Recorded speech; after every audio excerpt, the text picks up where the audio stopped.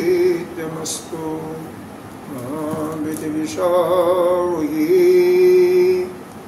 ॐ शान्तिः शान्तिः शान्तिः। सच्चिदानन्दरूपाय विश्वोत्पत्त्यादिहेतवे तापत्रविनाशाय श्रीकृष्णाय वयं नमः। नारायणं नमस्कृत्य नरं चैव नरोत्तमं देवीं सरस्वती व्यासं ततो जयमुदीरये। अखण्डमण्डलाकारं व्याप्तं येन चराचरं तत्पदं दर्शितं येन तस्मै श्रीगुरुवे नमः। गुरुर्ब्रह्मा गुरुर्विष्णु गुरुर्देवो महेश्वरः गुरुः साक्षात् परं ब्रह्म तस्मै श्रीगुरुवे नमः। त्वमेव माता पिता त्वमेव त्वमेव बन्धो च सखा त्वमेव त्वमेव विद्या द्रविणं त्वमेव त्वमेव सर्वं मम देव देव। गजाननं भूतगणादिसेवितं पपेतजम्बो फलचारुभक्षणं उमासुतं शोकविनाशकारकं नमामि विघ्नेश्वरपादपङ्कजम्। अनंत श्री विभूषित प्राप्त स्मरणीय वंदनीय अर्चनीय पूजनीय 1008 श्री पंचायती महानिर्वाणी अखाड़ा के वरिष्ठ शक्ति वरिष्ठ महामंडलेश्वर एवं उत्तर प्रदेश संत समाज के अध्यक्ष श्री सत्यदेव भगवान के चरणों में कोटि कोटि नमन। श्री कृष्ण चैतन्य जी के अवतरण द्वारा आत्म से परमात्मा को नमन करते हुए गीता जी का हम ध्यान करते हैं। ओम वार्धाय प्रतिबोधितां भगवता नारायणेन शरणं व्यासेन ग्रथितां पुराणमुनिना मध्ये महाभारतं अद्वैतामृतवर्षिणीं भगवतीम् अष्टादशाध्यायिनीं अम्ब कामनुसन्दधामि भगवद्गीते भगवद्गीते नमस्तुते व्यास विशालबुद्धे पुल्लारविन्दाय तपत्रनेत्र येन दया भारततैलपूर्णः प्रज्वलितो ज्ञानमयो प्रदीप। वन्यपारिजाताय स्तोत्रवित्रैकपाणये ज्ञानमुद्राय केशवाय वेदान्तविहीनं सर्वोपनिषदो गावो गोग्धा गोपालनन्दनः आर्तो वत्सः सुधीरभोक्ता दुग्धं गीतामृतं सुदेवसुतं देवं कंसचारूढमर्दनं देवकी परमानन्दं तेषां वन्दे जगद्गुरुं। भीष्मदोड़तकाजेतृजलो गान्धारनीलोत्पल शैलग्राहवती कृपेणो वहनीकर्णीनलीलोकु असंस्थामविगणघोरनगरा दुर्योधनावर्ति शोधिणा खलु पाण्डवीरणनदीकवर्तकः कीश पाराशार्यवच सरोजममलं गीतार्थगन्धोत्कलं नानाख्यानककेशरं हरिकथा सम्बोधनाबोधितम् लोके सज्जन शतपदैरहरः पीगीयमानं नरा भूयात् भारतपङ्कजं कलिमलप्रदंसिना श्रेयसि मोघं करोति वाचालं मङ्गलं हरति गिरिं यत्कृपातमहं वदे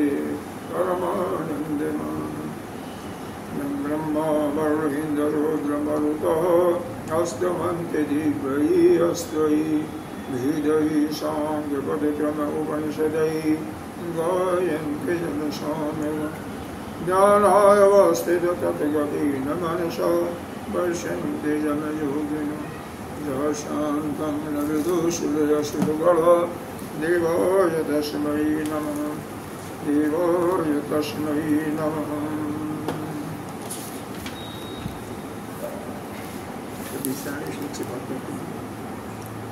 मुक्तसंगो अनहम न मुक्तसंगो और अनहंवादी मृत्युसाहसमन्वितः सिद्ध सिद्धयो निर्विकारः कर्ता सात्विकः उच्यते रागी कर्म फलप्रेप्सु लब्धो हिंसात्मको शुचिः हर्षशोकानिकरता राजसा परिकीर्तितः अयुक्तो प्राकृतस्तब्धः षडो नैष्कृतिको अलसः बुद्धिभेदं प्रति चैव गुण। अरे कहाँ चले गए? अयुक्ता प्राकृतस्तब्धः पढ़ लिया और फिर बुद्धि कहाँ से? वो नीचे वाली लाइनें नहीं पढ़े? हाँ, नीचे वाली लाइन छोड़ गई। पता नहीं कहाँ जा रहे हैं आप? आपके दिल में चले गए। विषादी दीर्घसूत्री च कर्ता तामस उच्यते बुद्धिभेदं धृतिः चैव गुणतो त्रिविधं शृणु रोचमानम् अशेषेण पृथक्तेन धनञ्जय प्रवृत्तिं च जाने दो। कल हम लोगों ने कर्ता 3 प्रकार के होते हैं। इसके पहले कल हम लोगों ने इसका अध्ययन किया था, चिंतन किया था। एक बार रेफरेंस के लिए बताते हुए आगे बढ़ते हैं। इसके पहले हम लोगों ने भगवान का 19वें श्लोक में प्रतिज्ञा थी कि ज्ञान, कर्म और कर्ता 3 प्रकार के होते हैं। तो पीछे हमने पढ़ा था ज्ञान और कर्म। कल हम लोगों ने कर्ता के बारे में तो कर्ता का कि 3 कर्ता कौन कौन है। जैसे आपको बताया गया था कि ज्ञान और कर्म 3 प्रकार के होते हैं, एक सात्विक, एक रासिक और एक तामसिक। उसी प्रकार से कर्ता भी सात्विक, रासिक और तामसिक। सात्विक कर्ता वह होता है जो कि मुक्त संग होता है, मतलब उसके अंदर किसी प्रकार की आसक्ति नहीं होती है। और क्या होता है? अनहमवादी, मतलब उसके अंदर अहंकार की भी बिल्कुल लेश मात्र नहीं होता, न उसके अंदर अभिमान होता है, अहंकार होता है, न तो उसके अंदर आसक्ति होती है। आसक्ति कर्म में 3 प्रकार की होती है। पहला तो कार्य करने के पहले तो उसको कहते हैं कर्माधिकारी। कर्म का अहंकार होता है, कर्म की आसक्ति, कर्माधिकार मतलब कर्म करना ही है, ऐसी आसक्ति हो जाए। और दूसरा कर्म करते हुए राग देश हो जाते हैं, जो कि साथ में काम करते हैं या हमारा कंप्यूटर है तो उससे राग और द्वेष हो जाता है। और तीसरा जब कर्म की समाप्ति पर होता है तो फल की प्राप्ति का हो जाता है। फल प्राप्ति होगी कि नहीं, क्या हो गया, कम हो गया जो हमारा एस्टिमेशन था, अनुमान था। तो इस प्रकार से किसी भी प्रकार के आसक्ति से वो न कर्माधिकार का आसक्ति है, न राग देश का अधिकार है और आसक्ति है, न तो किसी फल प्राप्ति का ही आसक्ति है। और दूसरा बताया कोई अहंकार भी नहीं। लेकिन यहाँ पर आगे एक चीज़ और, दो चीज़ें और बताया कि धृत उत्साह समन्वित। धृति कहते हैं धारण करने की शक्ति को, और उत्साह मतलब उत्साह बनाए रखना। तो धृति का मतलब यहाँ पर यह है कि जैसे प्रारंभ में जिस उत्साह के साथ वह कर्ता कार्य को प्रारंभ करता है, अंत तक वह उत्साह बना रहे, तो धारण करने की शक्ति हमारी अंत तक बनी रहे। कई कर्ता ऐसा होता है, कर्म को शुरू तो बड़े उत्साह से करते हैं, 2 दिन 4 दिन के बाद ढीले पड़ जाते हैं, छोड़ देते हैं, तो वह सात्विक कर्ता नहीं था। चौथा चीज अभी बताया, जो सिद्धि हो या सिद्धि हो, काम की सफलता हो या असफलता हो, दोनों में बिल्कुल निर्विकार हो, दोनों में किसी चीज़ की प्राप्ति करने की न तो सुख हो न दुख हो। सिद्धि हो गई तो उसे प्रसन्नता भी न हो, और यदि काम में असफलता आ गई तो भी किसी प्रकार का दुख नहीं है। तो ऐसा जो कर्ता होता है उसको हम कहते हैं सात्विक। हर प्रकार की आसक्ति से दूर। दूसरा, अहंकार का लेश मात्र भी नहीं, अहंकार से भी दूर। तीसरा, जो उत्साह प्रारंभ करने में है वही उत्साह अंत तक, कार्य के अंत तक बना रहे। और चौथा, कार्य की सफलता या असफलता में सुख और दुखी नहीं होना, अपना मन समत्व स्थिति में बनाए रखना। आगे बताया गया यह तो सात्विक कर्ता हो गया। इसके विपरीत ही समझिए दूसरा कर्ता है राजसी कर्ता। राजसी कर्ता के अंदर राग होता है, पहली बात होता है राग, रागी होता है यानी आसक्त होता है। सात्विक कर्ता आसक्त नहीं होता, तो यह आसक्त होता है कर्म फल हेतु। तो कर्म फल का प्रेप्सु होता है, लालची होता है, कर्म फल को प्राप्त करने का चाहने वाला हो। सात्विक कर्ता कर्म फल में सिद्धि असिद्धि में समान रहता है, लेकिन यह कर्म फल इसको चाहिए। तीसरा, लुब्धो का मतलब पड़ोसी का या किसी दूसरे के सामान की प्राप्त करने की तृष्णा, उसका लालच, दूसरे का हो तो भी मेरे को मिल जाए कोई बात नहीं चलेगा। और तीसरा होता है अथवा चौथा होगा ना रागी कर्मफल का, और 3 हो गया हिंसात्मक। चौथा होता है उसके अंदर दूसरे को कष्ट पहुंचाए, हिंसा हुई तो भी कोई फर्क नहीं पड़ने वाला। और अगला होता है असुचि, मतलब जो कार्य क्षेत्र है बाहर से अपवित्र है, पवित्रता का ध्यान नहीं रखता। और अंतिम है छठा इसमें कि हर्ष शोकान्वित। हर्ष और शोक दोनों से ग्रस्त है, यानी कार्य के सिद्धि में प्रसन्नता आती होती है और कार्य के सफलता में सुख होता है, दुख होता है। तो सुख और दुख दोनों से, या हर्ष और सुख दोनों से युक्त है। तो ऐसा कर्ता जो है वह रासिक कर्ता कहा जाता है। 6 चीजें बताई गई हैं, याद रखना चाहिए कि पहला रागी आसक्ति, दूसरा आसक्ति के साथ साथ जो कर्म फल होगा तो कर्म फल के प्राप्ति को चाहने वाला, यानी काम, उसके अंदर हमेशा कामना की भाव प्रधान होता है। तीसरा, दूसरे के धन का भी लालची होता है, उसमें भी तृष्णा रखता है कि दूसरे का धन मिल जाए तो ठीक है। चौथा, हिंसात्मक प्रवृत्ति, कर्म में हिंसा हो जा, दूसरों को कष्ट पहुंचा तो इसका भी बर्बाद है। पांचवा, अपवित्र, बाहर से अपवित्र। छठा, अंतर की बात यहाँ पर नहीं किया गया है, जबकि असुचि का सभी अर्थ होता है बाहर से भी और अंदर से भी होता है, लेकिन यहाँ पर भाष्यकार भगवान ने केवल बाहर का ही लिखा हुआ है, यहाँ पर दिया हुआ है कहीं शौच वर्जितो का अशुचि का मतलब बाह्यांत शौच वर्जितो, बाहर का, बाह्यांत अंदर का नहीं, बाह्यांत ऐसे ही दिया। अरे नहीं जी, अंत है, अंदर भी है, सारी मैंने गलत कर दिया। बाहर और अंदर से दोनों प्रकार के शौच से रहित हो, मतलब दोनों प्रकार के अशुद्धियां उसके अंदर रहती हैं, उससे पवित्र नहीं रहता। अंदर राग देश से भरा हुआ, हालांकि राग पहले आ गया था, तो हमने सोचा कि शायद उसको छोड़ दें, लेकिन नहीं, जो शुचि का और अशुचि का सामान्य अर्थ है वही यहाँ पर भी लागू होगा।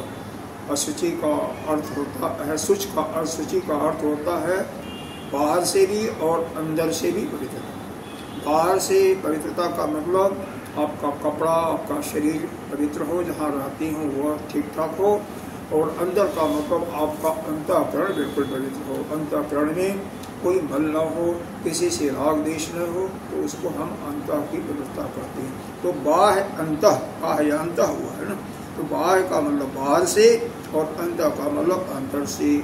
शौच वर्जित मतलब शौच नहीं है, पवित्रता नहीं है, अर्थात अशुचि है।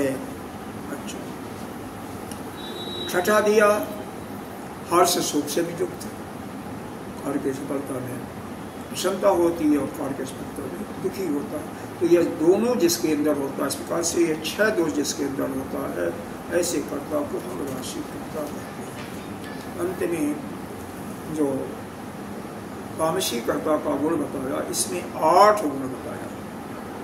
पहला बताया अयुक्त, यानी जिसका चित्त समाहित नहीं है, एकाग्र नहीं है, और जिसका एकाग्र चित्त होता है वह एक बार सुन करके उसको धारण कर लेता है, लेकिन जब एकाग्र नहीं होगा तो 10 बार भी बताया जाए तो भी वह अंदर बैठता नहीं है। दूसरा है प्रकृति।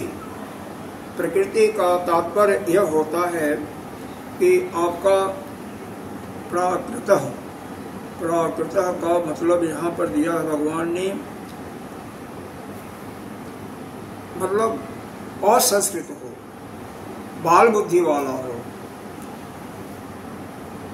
कई लोग कहते हैं पढ़ा लिखा नहीं है, लेकिन नहीं, यहाँ पर भाष्कर ने दिया है प्राकृतः का मतलब प्रकृति, क्या मतलब प्रकृति से बनाना, प्रकृति जैसे है वैसे ही। जैसे भोजन में कई बार बताया जाता है और वेद वाले बताते हैं, जो जैसे है उसी रूप में ग्रहण करना, बिना पकाए हुए, जैसे सलाद है, फल है इत्यादि, लोग जैसे है उसी रूप में खाओ। अन्न है तो भिगो करके उसको अंकुरित कर लो, फिर खाओ।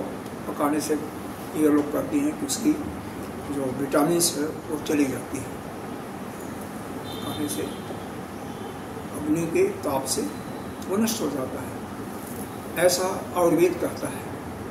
तो उसके अनुसार यहाँ पर प्रकृति का अनुसार है, जैसे कच्चा ही खा लिया करो, तो कच्चा ही खा लिया करो। नहीं भैया, मेरी बस का नहीं है, मतलब ऐसा कहते हैं, क्योंकि हमारे पचेगा ही नहीं। अब चना दे दो, पकाते हो तो भी मेरे को शायद पूर्ण रूप से नहीं बचता, क्योंकि अब वह पाचन अवस्था हमारी क्षीण हो गई है, आपका पच सकता है, लेकिन हर एक की अलग अलग होती है।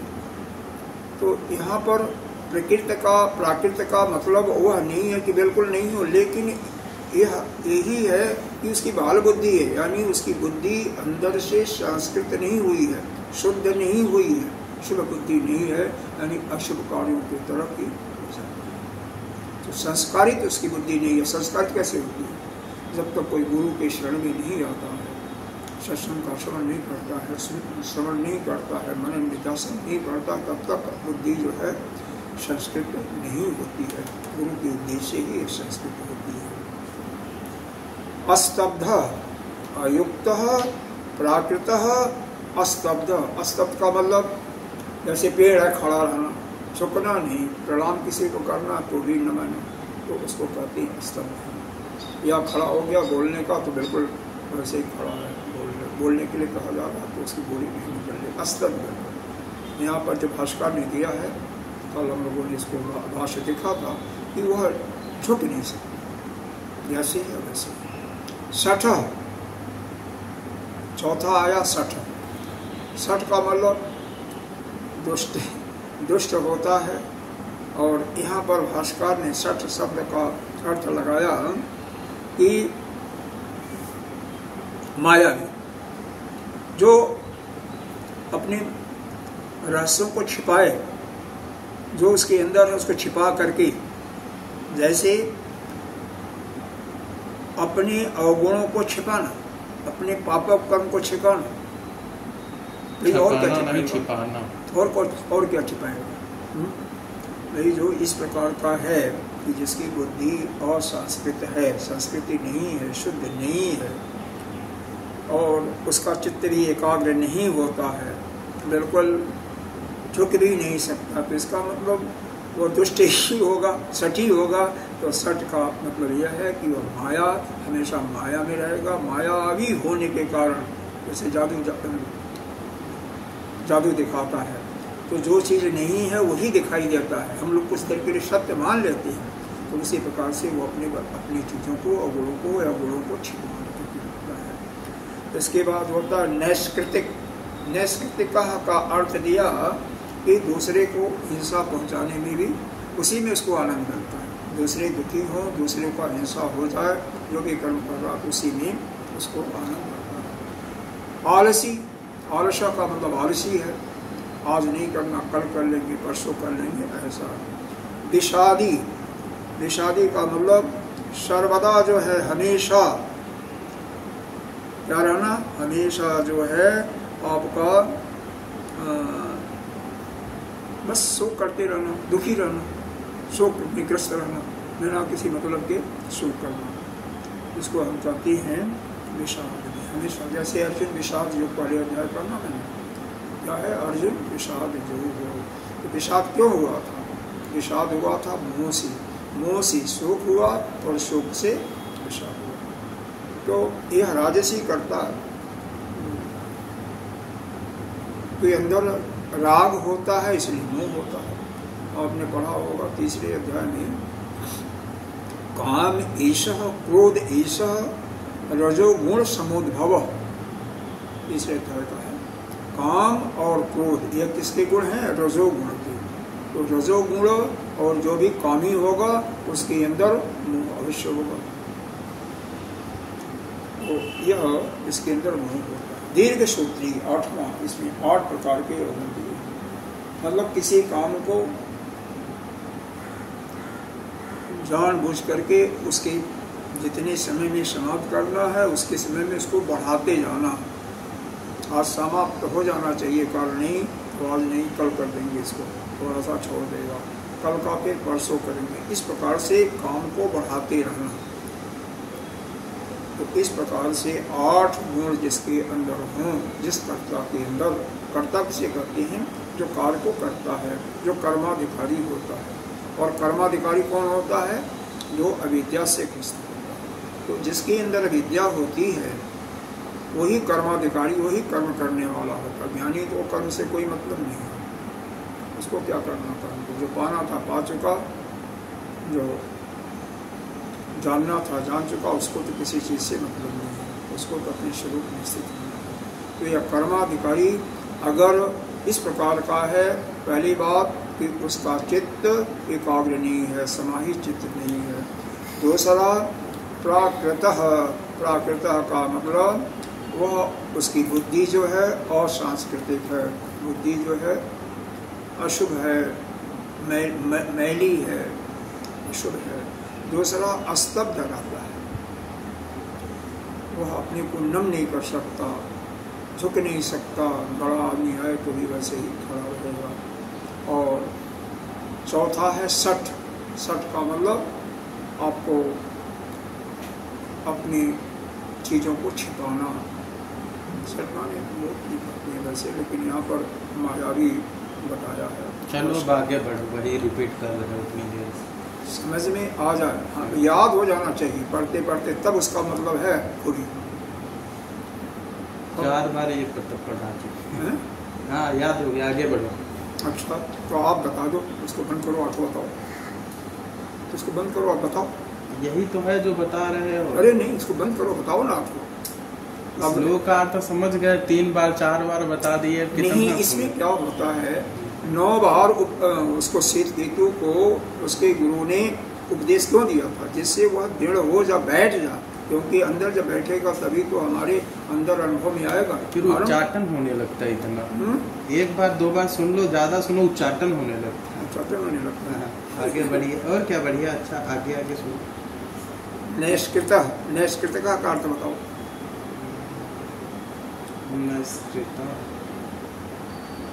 आपने सुन लिया है ना। तो आलसी। आलसी नहीं, नैष्कृतिका का मतलब होता है हिंसा करना, दूसरे को हिंसा करने में उसको कोई होता ना, हिंसा करना, सताना, कष्ट देना दूसरे को, हिंसा। आलसी तो अलग दिया है, आलसा शब्द अलग दिया हुआ है, वहाँ का आलसी हो गया। तो हर एक का एक बार में नहीं याद होता, नहीं समझ में आता है, इसीलिए उसको रिपीटिशन किया करना पड़ता है, जिससे वह सुनते सुनते याद हो। और बाद में जब मनन और निध्यासन करें तो फिर बिल्कुल पक्का हो, तब अपने अंदर आता, तब उसका फायदा होता है। नहीं तो पढ़ते जाओ, उसका कोई फायदा नहीं होता है। इसी प्रकार से विषादी है, विषादी का तात्पर्य यही है। हाँ, शोकयुक्त। हाँ, मतलब हमेशा नित्य निरंतर हमेशा शोक में, उदास ज़्यादा जिसका है, उदास है तो उदास कोई क्यों होता है, कोई न कोई विचार को पकड़ के रखता है तो उसको उदास करते हैं, वो इसीलिए शोक होता है। मोह होगा तो वहाँ पर वही होगा शोक। जैसे अभी अर्जुन का विश्वास जो बताया था, नाम किया था दीर्घ सूत्री, तो जानती हो कि इसमें कार्य को प्रोलाम करना, समय को बढ़ाते रहना। तो इस प्रकार से यह तामस कर्ता को तामसिक कर्ता की 8 गुणों की चर्चा की गई। अब प्रश्न यह होता है, यह कर्ता विभिन्न प्रकार का क्यों होता है, तो उसको आगे बता रहे हैं कि ये बुद्धि जो है ना, बुद्धि हमारी में भी अलग अलग प्रकार की बुद्धि होती है। तो बुद्धि में भेद मतलब अलग अलग प्रकार की बुद्धि, और धृति भी अलग अलग प्रकार का, मतलब उस बुद्धि को एक समान बनाए रखने का जो कला है, जो गुण है, वो भी अलग अलग बदलता रहता है, वो भी कई प्रकार की होती है। इस कारण से इस बुद्धि एक जैसा नहीं रहती हर समय, और बुद्धि एक प्रकार की होती नहीं सबकी, इसीलिए यह कर्ता अलग अलग प्रकार के होते हैं, कर्म भी अलग प्रकार का, ज्ञान भी उसी का कारण है। तो इसलिए यही होता है कि बुद्धि और धृति का मतलब उसको धारण करने की क्षमता बराबर नहीं बनी रहती है पूरे काल तक। अब स्वयं अपने पर विचार किया जाए तो मॉर्निंग में या प्लानिंग हमने अमुक कार्य करने के लिए कहा, लेकिन वह विचार हमेशा कायम नहीं रहता है, शायद ही कभी रहे कभी नहीं रहता है। उसी को कहते हैं कि धृति हमारी ठीक नहीं, उसमें परिवर्तन हो जाता है, कभी सात्विक रहती है, कभी राजसिक, कभी तामसिक, इसके कारण से परिवर्तन होता है। तो हमारे जो उत्साह होता है वो भी बराबर नहीं रहता, हमारी बुद्धि एक जैसी नहीं रहती। तो उसी को बताने के लिए यहाँ पर कहते हैं, ये अगला श्लोक है 29वां। बुद्धिभेदं धृतिश्चैव बुद्धिभेदं धृतिश्चैव गुणतः त्रिविधं शृणु गुणतास्त्रिविधं शृणु प्रोच्यमानम् अशेषेण पृथक्त्वेन धनञ्जयः पृथक्त्वेन धनञ्जयः। क्या कहते हैं? अशेषेण कहते हैं, हाँ, मतलब कुछ छिपाऊंगा नहीं, हम प्रोच्यमानम, हम जो जैसे है अलग अलग पृथक्त्वेन, हे धनंजय, हे अर्जुन, मैं कुछ छिपाऊंगा नहीं, अशेष, कुछ भी शेष नहीं रखूंगा। और इनका जो भेद है बुद्धि का और धृति का, यह 3 प्रकार के होते हैं, और उनको कैसे है वैसे होता है। बोला त्रिविधम, 3 प्रकार के जो भेद हैं, बुद्धि में भी 3 प्रकार के भेद हैं और धृति में भी 3 प्रकार के भेद हैं। तो जैसे है मैं वैसे ही बताता हूँ, कुछ भी नहीं। भाष्य में तो इसमें कोई खास नहीं है। बुद्धि भेद धृति चैव भेदम, मतलब भेद ही, गुणता का वही सत्पाद गुण त्रिविध, तो अशेष का, अशेषण का, निरवशेष तो मतलब जैसे है वैसे ही यथावत। तो अगली लाइन में है दिग्विजय, एक दृष्टांत दिया हुआ है। दिग्विजये मानुषम दैव च प्रभूतम धनम अजयत तेन असौ धनंजय अर्जुन। यह जो अर्जुन का एक नाम है धनंजय, वो क्यों पड़ा उसके विषय में एक लाइन भगवान भास्कर जी ने कहा है कि जब यह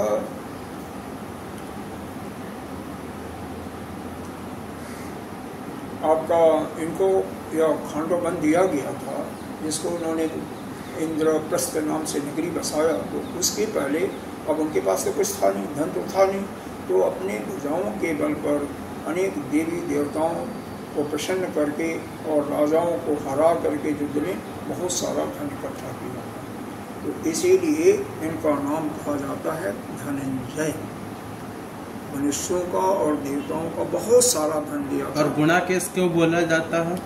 गुणाकेश, गुणाकेश इसलिए बोला जाता है कि जिसके बाल घुंघराले होते हैं। ऋषिकेश जो अपनी नींद मतलब बिल्कुल नींद को ही जीत गया, निद्रा विजयी, जैसे लक्ष्मण जी 14 साल तक बीस, यह अर्जुन को भी कहा जाता है और यह भगवान को भी, गुणाकेश और यह तो भगवान को दोनों को कहा जाता है, विशेष करके।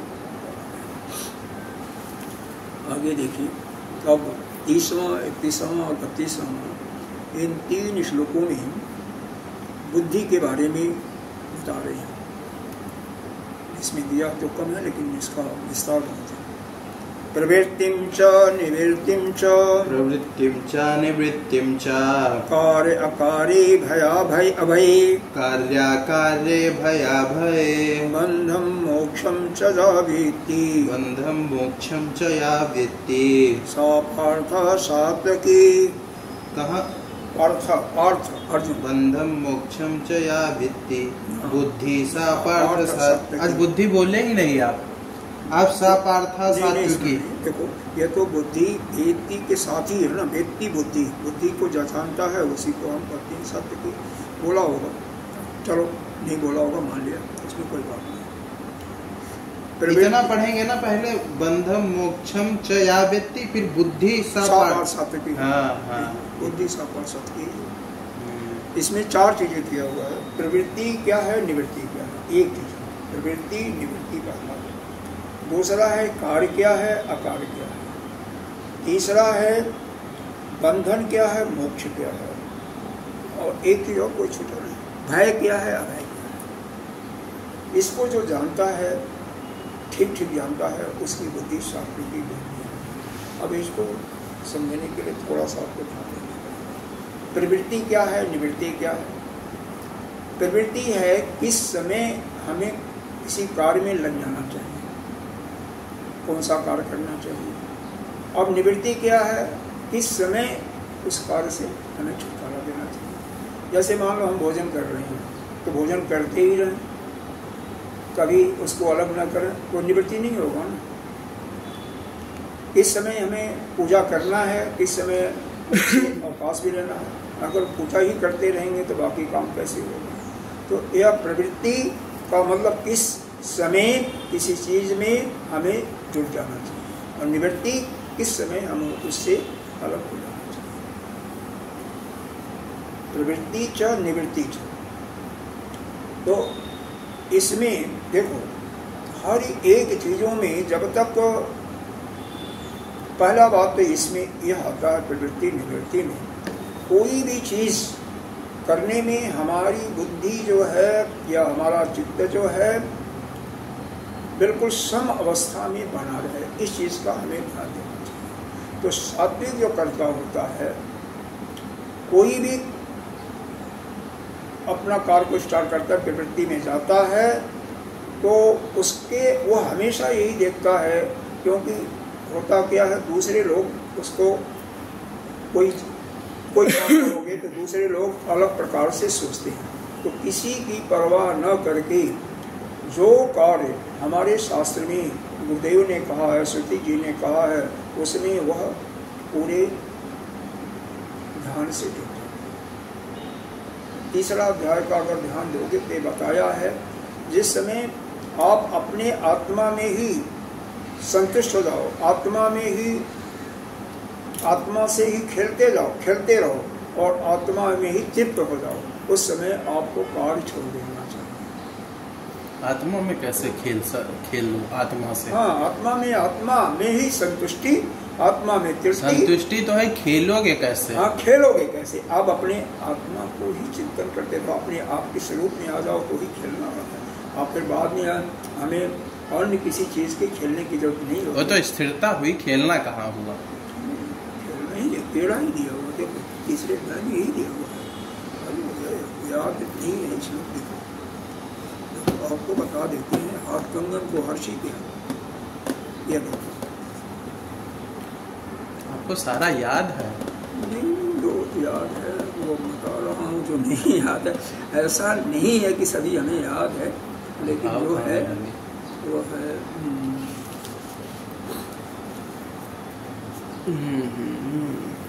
उसको बंद करते कुछ देर पहले, उसको इधर वाला बंद कर दो, इधर वाला।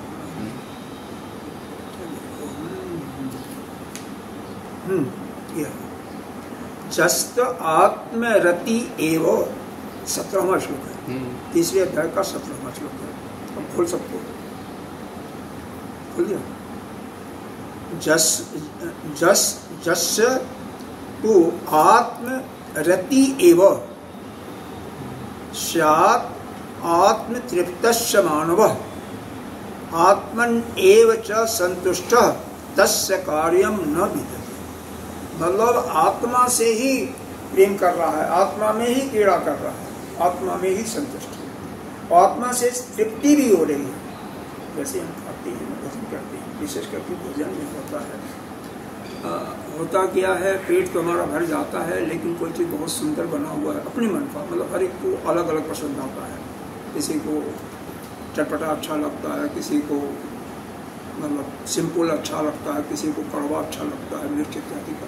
तो जो जिसके पसंद, किसी को मीठा अच्छा लगता है, तो जिसको जे पसंद का है तो उसका तो हो गया, लेकिन तृप्ति नहीं होती, मन उसका संतुष्ट नहीं होता, मन में तृप्ति नहीं होती। सब कुछ हो गया लेकिन वहाँ पर नहीं होता। तो उसी को यहाँ पर कहा गया, तृप्ति अलग चीज है, संतुष्टि अलग है। मन भी के अंदर भी तृप्ति हो जा और अंदर से संतुष्ट भी हो गया। पूछना चाहे तो यह कार्य करते हुए किसी कार्य को हमने प्रारंभ किया, और कार्य क्या है, वैसे मान लीजिए कार्य इसमें जो है पूरे गीता जी में या उपनिषद में किस कार्य का वर्णन किया गया? कहीं भी कार्य का आया है तो यज्ञ दान तप के अलावा और किसी चीज़ का वर्णन नहीं है। तो वही करते करते हम अपने, मान लो हम हो गया, संतुष्टि हो गई कि अब हमने कर लिया, तृप्त भी, मन भी तृप्त हो गया, संतुष्टि भी हो गया, अंदर से भी संतुष्टि हो गई, और हम अपने आत्मा में ही, आत्मा के तृप्त का तो उसी को कहते आत्मरति रेव, आत्मा से रति करना, प्रेम करना, आत्मा से प्रेरा करना। ऐसा श्लोक आप तो याद कर सकते हो, क्योंकि मेरे को करते भी हैं तो भूल जाता है, क्योंकि अवस्था का यह है। तो कई श्लोक ऐसे हैं कि बहुत ही सुंदर है, बहुत ही सुंदर है, उनको याद कर लो तो अच्छा लगता है, क्योंकि अनुभव करने के लिए बहुत जरूरी है, नहीं तो ऐसे नहीं अनुभव। जब तक वो नहीं होता तब तक नहीं अनुभव होगा, और जब तक अनुभव नहीं होगा तब तक नहीं। तो यहाँ पर क्या है, प्रवृत्ति और निवृत्ति। हमें जब पूर्ण तरह से प्रवृत्ति कब करना है, निवृत्ति कब करना है, इसका ज्ञान होना चाहिए। होता क्या है, आपकी जो है, जब हमारा मन बाहर की चीज़ों में लगता है, कभी वहाँ से हमें क्या होता है, लगाव होता है, आसक्ति होता है। और जब ज्ञान की बात थोड़ा सा किनारे कर दो, अगर हम ये समझ गए, क्योंकि ज्ञान हमें तुरंत तो होता नहीं है कि बाहर का जो भी चीज़ है वो मिथ्या है। अब किसी चीज़ को कोई सुंदर लगे और उससे आपका प्रेम जुड़ गया, तो उस समय आपको अनुभूति नहीं होगी ये मिथ्या है। ज्ञान आप जानते हो, लेकिन फिर भी उस समय वो नहीं आएगा। अगर वो आ जाए तब तो फिर ज्ञानी बन चुके, फिर तो कोई बात ही नहीं है।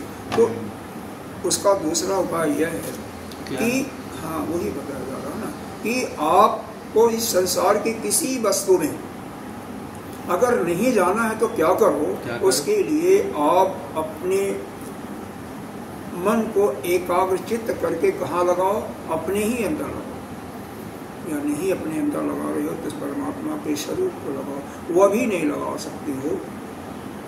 तो एक महात्मा ने बताया है, कैसे बताया, बहुत सुंदर लगा है कि जैसे हर श्वास के साथ भगवान का नाम अगर ले सकते हो, भगवान से प्रेम है तो लोग हरिओम कर दो, हरिओम बोले, हरिओम। कई लोग कहते हैं दूसरा नाम लेते हैं, अलग अलग प्रकार से लेते हैं, या नहीं वो भी नहीं ले सकते हो तो गिनती करो। क्या करो? गिनती हर एक श्वास में गिनती होता है। गिनती नहीं करूँगा, नाम ही लूंगा आपसे। आपकी बात अलग है, हर एक की अलग है। कई लोग परमात्मा के ईश्वर को मानते नहीं, उनके लिए तो मन को समाहित करना है, मन को एकाग्र रखना है, उनके लिए जरूरी है। वो कुछ नहीं करेंगे जो नहीं मानते, ये भी गारंटी ऐसा नहीं है।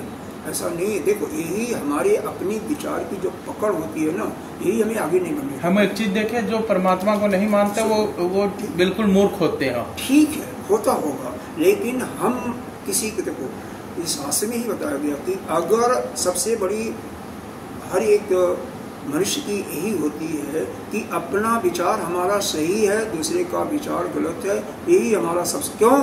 जब संसार ही जो है मिथ्या है तो आपका विचार कैसे सत्य हो सकता है?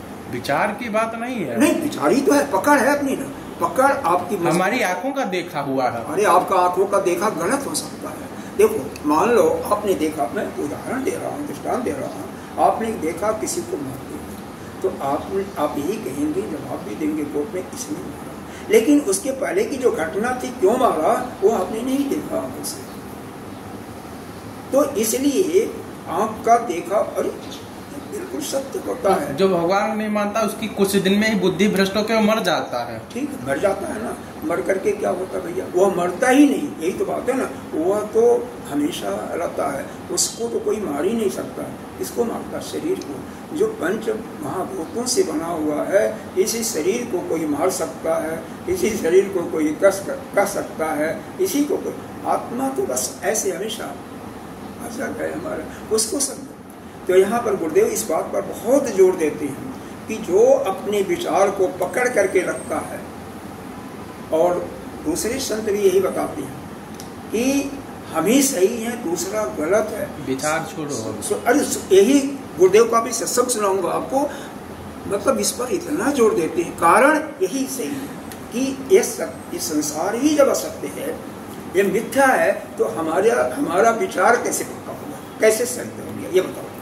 जब संसार, आपका ये जो विचार है, ये भी संसार के अंदर है कि नहीं है, जगत के अंदर नहीं है, ब्रह्म है हमारा विचार। ब्रह्म तो आप हो, लेकिन आपका विचार यह जड़ है, आपके जो मन में विचार आया है, ये मन ही जड़ है, आपका चित्त अंतःकरण ही जड़ है। अंतःकरण क्या झूठा है, नहीं है, सत्य। आप नहीं मानोगे कोई बात नहीं, लेकिन वास्तविकता यही है प्यारे, वास्तविकता कि जो अपने विचार को पकड़ के रखता है कि मैं सही और दूसरा गलत, वही जीवन में धक्के खाता है, वो वही नहीं, हम तो मानते हैं। कारण है इसका, कारण इसका यही है कि जगत जब मिथ्या आप जानते हो, तो आपका विचार या आपकी बुद्धि या आपका शरीर जो करता हुआ कैसे, चलो आगे बढ़ो, हमारा तो शास्त्र। अरे इसी चीज को समझ जाओगे तो आगे बढ़ जाओगे आप, यह बहुत महत्वपूर्ण चीज है। क्योंकि जितने भी लोग धक्का खाते हैं, जितने भी लोग गर्त में गिरते हैं, विचारों की पकड़ से, इसलिए विचारों की पकड़ कुछ नहीं है। हम अपने विचार को जो जिस कभी कभी अपने विचार भी गलत होते हैं, हमेशा गलत हो सकते हैं, ये विचार है ही नहीं, गलत है ही। क्यों? कभी हम चाहते ये चीज अच्छी है, लेकिन वो अच्छी दिखती है, होती नहीं है। इसी बात को कहा, कारण क्या है, इस जगत ही मिथ्या है, तो आपका विचार भी मिथ्या हुआ कि नहीं हुआ, इस चीज को समझने की कोशिश कर। एक बड़े विद्वान थे, अमेरिका में रहते थे, दृष्टांत समझते, तो अमेरिका में रहते थे, उन्होंने अपने रिटायरमेंट भी हो गए। रिटायरमेंट?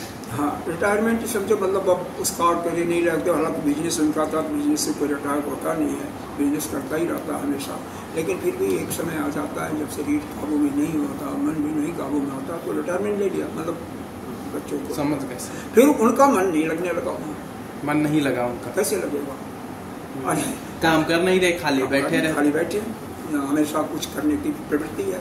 यहीं पर हमने एक को देखा, कईयों को देखा, यहाँ पर तो मतलब भारतवर्ष में कईयों को देखा।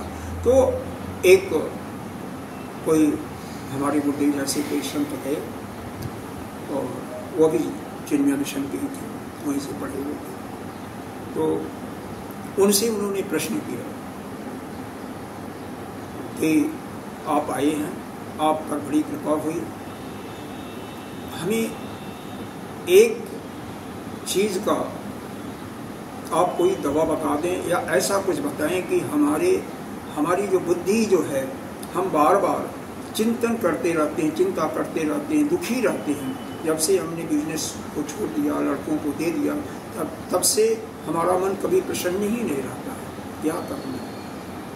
तो भगवान ने कहा इसमें तो कोई बात नहीं है, आप किसी चीज को विचार में पकड़ रखा होगा, उसको छोड़ दीजिए, ठीक है। उन्होंने कहा कि हमने तो किसी चीज को नहीं पकड़ा, हमारे अंदर ऐसे सभी लोग कहते हैं, ज्यादातर लोगों का जवाब मैंने ऐसे ही देखा है कि हमने तो किसी विचार, हमारे मन के दुखी हैं, लेकिन हमने किसी विचार को नहीं पकड़ा, हमारे अंदर कुछ सोचता ही नहीं, कुछ नहीं सोचता। तो उन्होंने कहा ठीक है, ऐसा है, कभी टिकट मैं कटाता हूँ, हम दोनों चलते हैं भारत। कहाँ? भारत, अपने देश को चलते हैं। तो उन्होंने कहा महाराज यही तो नहीं होगा। तो उन्होंने कहा था यही विचार तेरी ऐसी है कि जो तेरे को पकड़ रखी है और जिसके कारण से तू दुखी और दुखी होता रहेगा।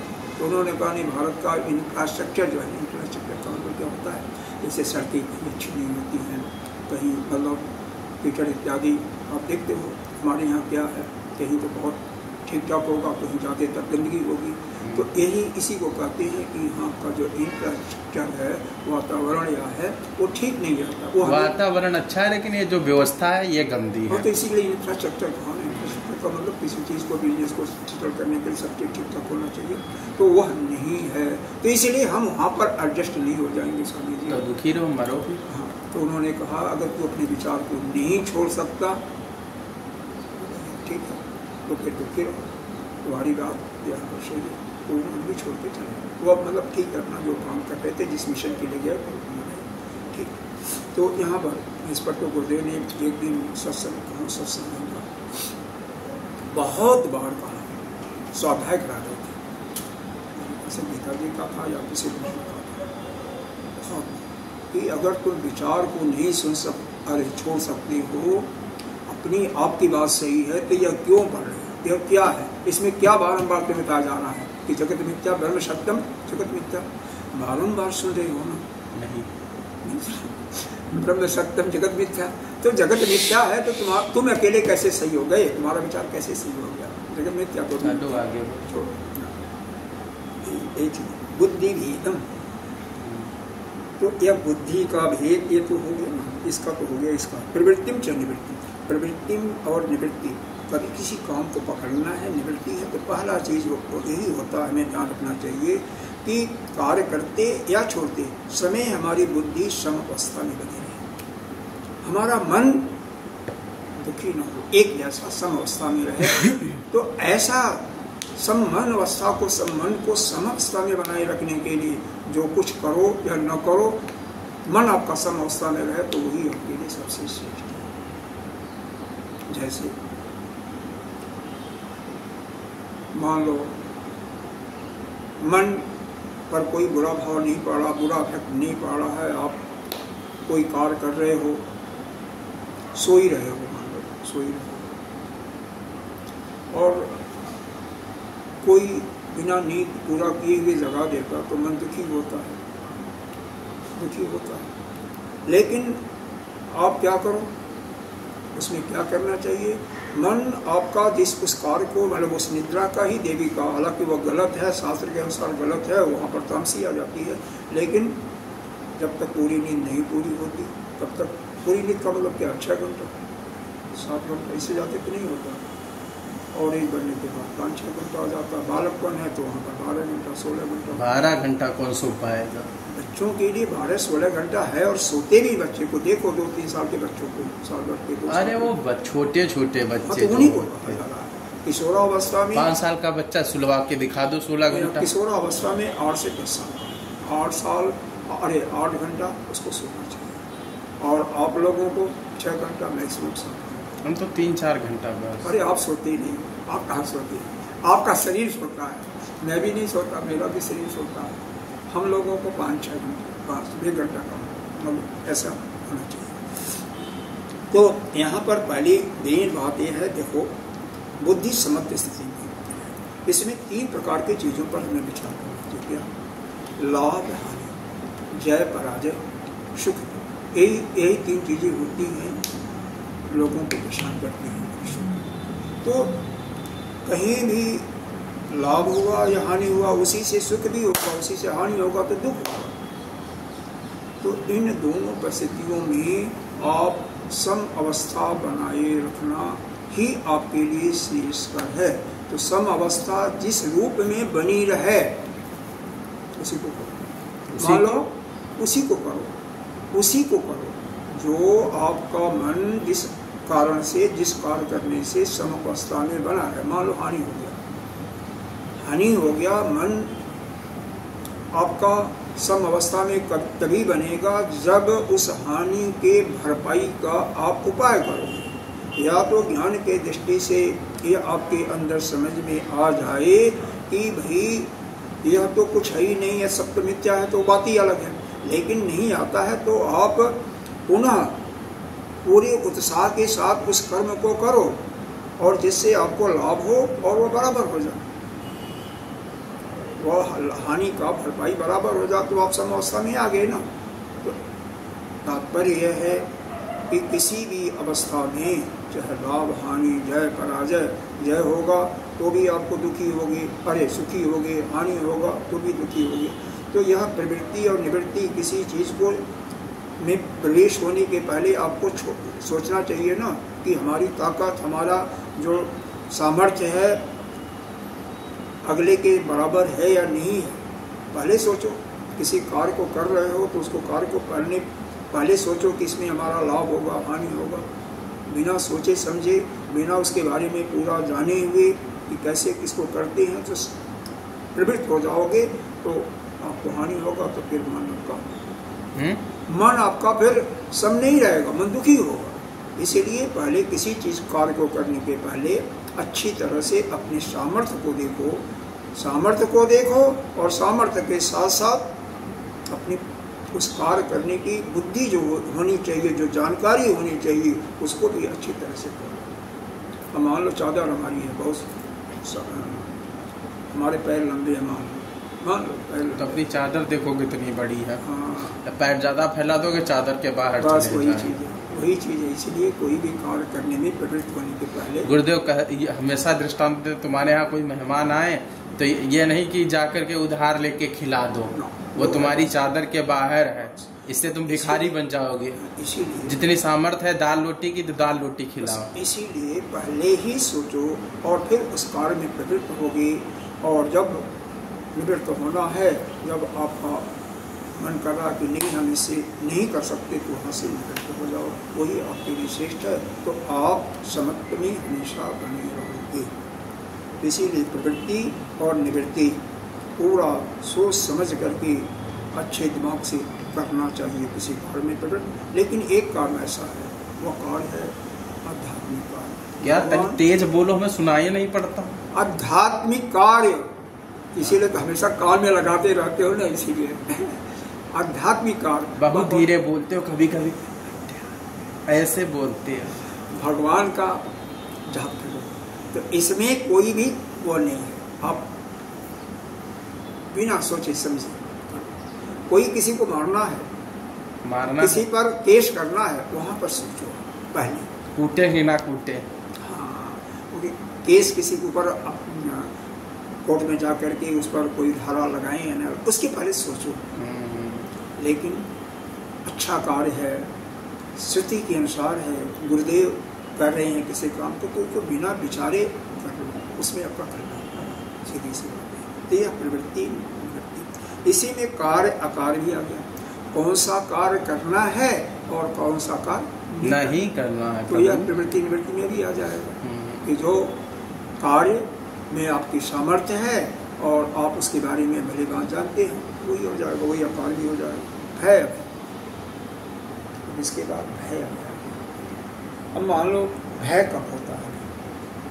यह भय जो है यह अविद्या का ही प्रतीक है, अविद्या का प्रतीक है। फिर भी अगर ज्ञान आपके अंदर हो गया तब तो आपको भय किसी से लगेगा, क्योंकि आप अकेले हो, आपके अतिरिक्त कोई है ही नहीं। लेकिन यह जो इस जगत में रह रहे हो, इस व्यवहारिक दृष्टि से अगर कोई खूंखार चीज आ गया, कोई पागल चीज आ गया, जैसे कुत्ता ही पागल है, शेर आ गया, कहीं कुछ और आ गया, तो वहाँ से भय की स्थिति न बने, इसलिए पहले से सतर्क होकर के वहाँ से अलग हो जाओ। सतर्क भाई खिसकना पड़ता। मान लो सामने वाला डेंजर है, हाँ आपसे बहुत ही खूंखार है, तो वहाँ से क्या है, सीधे से वहाँ पे थोड़ा अपने ऊपर संयम रखो, अपने पर हाँ न बनाओ। तो अब है, तो इस प्रकार से अगर करोगे तो भय हो, भय को टालो और हमेशा अभय बने। लेकिन हमेशा अब शेर के सामने हीरो बनेंगे तो शेर तो खा ही जाएगा, आती हरिद्वार में कुचल देगा धर के पैर। हरिद्वार में महात्मा लोग बताते हैं, शायद गुरुदेव भी बताया था कि ऐसे ही एक चेहरा था, तो वो कह रहा था कि गुरुदेव ने तो पढ़ाया है, गुरुदेव मतलब उसके गुरु कोई अलग थे, हमारे गुरुदेव ने, कि तुम ही ब्रह्म हो, तुम ही ब्रह्म हो। तो तुम ब्रह्म हो और सभी ब्रह्म हैं, जो भी चीजें दिखाई दे रही हैं ब्रह्म के अतिरिक्त कोई नहीं है, ब्रह्म एक ही ब्रह्म है।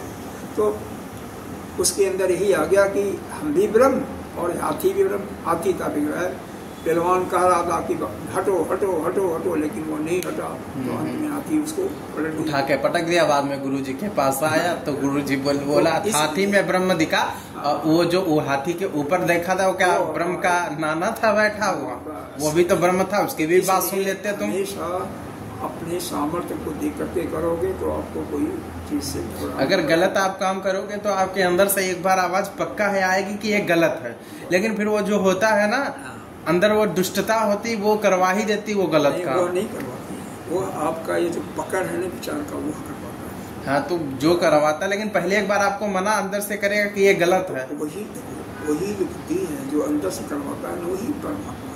देखो वही परमात्मा, फिर गोबर खाने के लिए पता नहीं क्यों मरने चले जाते। परमात्मा आपके अंदर है, वही मना करता है कि नहीं ठीक नहीं। लेकिन आप जब अपने विचार को पकड़ लेते हो, उसको त्याग देते हो, उसको अलग कर देते हो, तो वही थोड़ा सा अब अंदर से परमात्मा ही तो कभी कभी सचेत करते ये गलत है, तो हमेशा वही करता है, क्योंकि अंदर वही बैठा हुआ है, आप वही ब्रह्म हो।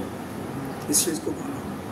बंधम मोक्षम, बंध और मोक्ष को, जितने भी शास्त्र के विपरीत कार्य हैं वो क्या देने वाले हैं? बंध देने वाले, बंधन देने वाले। शास्त्र के विपरीत जो भी है, कभी भी हम शास्त्र के विपरीत चलेंगे तो हम बंधन में पड़ेंगे। देखो बंधन का सीधा सीधा है, हमें बंधन क्यों होता है? बंधन क्यों होता है? जब हम संसार के किसी चीज को पकड़ लेते हैं। उधर नहीं इधर हो गया, कोई बात बस इसी लाइन को बस। तो यह बंधन क्या है? हम किसी चीज को न पकड़ें, पकड़ करके ना बैठें। जो शास्त्र की आज्ञा है, गुरुदेव की आज्ञा है, अब गुरुदेव की आज्ञा है, श्रुति की आज्ञा है, तो अपने विचार को किनारे कर दें, तो अपने आप ही जो है हम मुक्त ही होंगे। इस चीज को ध्यान रखना। बंधन एक दूसरे के विपरीत विरोधाभासी है। समझ गए बस ठीक है।